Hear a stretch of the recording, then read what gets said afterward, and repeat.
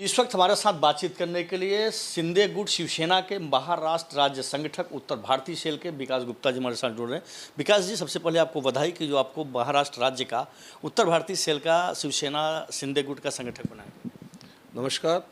सबसे पहले तो मैं आपको और आपकी पूरी टीम को धन्यवाद देना चाहूँगा कि आप लोगों ने अपना बहुमूल्य समय निकाल करके मेरा साक्षात्कार करना चाहा। मुझे एक महीना पहले शिंदे साहब ने बुला करके उत्तर भारतीय सेल की एक जवाबदारी दी और मुझे महाराष्ट्र का संगठक बनाया। इसके पहले 2003 से मैं शिवसेना का काम कर रहा हूँ। भारतीय विद्यार्थी सेना से लेकर के युवा सेना, फिर बेसिक का शिवसेना, फिर आज इस मुकाम तक आया हूँ।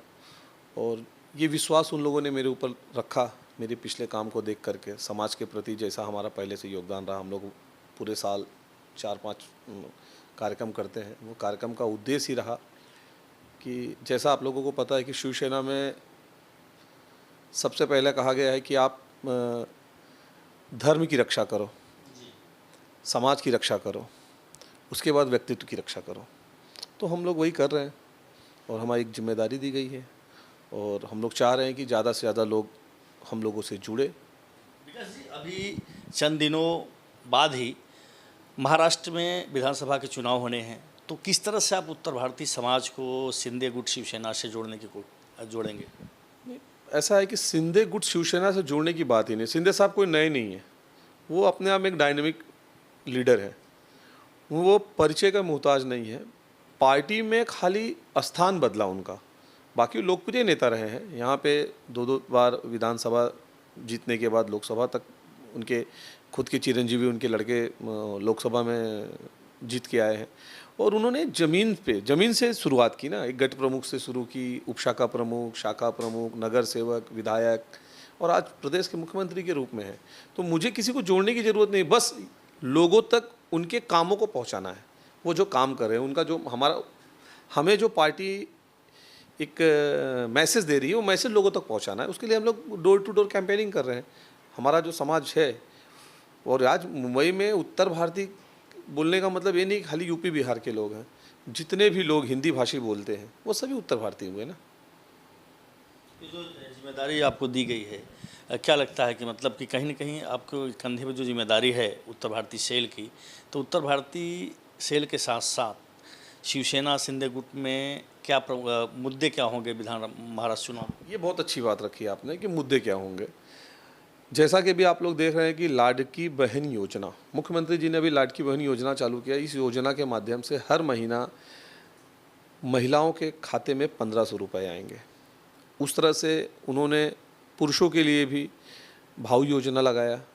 तो ये जो योजनाएं हैं, जो लोगों का काम है, इसके पहले महाराष्ट्र में जो भी मुख्यमंत्री हुए, उन्होंने आरोग्य खाते के लिए नाम मात्र का काम किया। लेकिन शिंदे साहब ने 2 साल के कार्यकाल में लगभग 350 करोड़ का फंड लोगों को दिया। वो फंड यहाँ के हेल्थ कमेटी को गया और आज भी लोगों को मदद मिल रहा। एक उसके लिए बाकायदा एक विंग बनाया गया है, उसके अलग से लोग रखे गए हैं जो इस पे एक्टिव हैं। तो इनके जो काम है वो लोगों तक पहुँचाना है।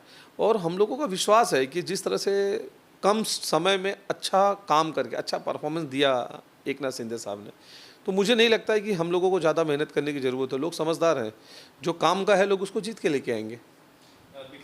चलते थे आपसे आखिरी सवाल कि महाराष्ट्र में जो प्रमुख त्यौहार है गणपति बप्पा का, पूरे जोर शोर से पूरे मनाया जा रहा है, तो किस तरह से बप्पा के भक्तों के लिए उत्तर भारतीय सेल का संगठक प्रमुख होने के नाते आप अपने पदाधिकारियों, वरिष्ठ शिव सैनिकों के लिए क्या कहना चाहेंगे? नहीं, ये तो बहुत बड़ी बात कही आपने कि अब हमारे यहाँ महाराष्ट्र में नहीं पूरे देश में गणेश उत्सव मनाया जा रहा है, लेकिन महाराष्ट्र इसकी मुख्य धार रहे हैं। यहाँ से इनकी शुरुआत हुई है। तो गणपति बप्पा से एक ही विनंती है कि भाई आप आते हुए और जाते हुए लोगों को निरोग देवें, सद्बुद्धि दें।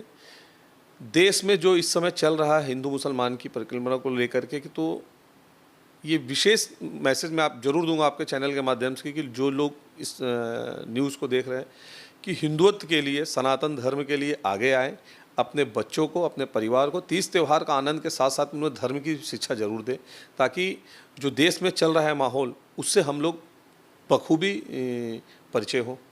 और ढेर सारी शुभकामनाएं। धन्यवाद। शुक्रिया हमसे बातचीत करने के लिए।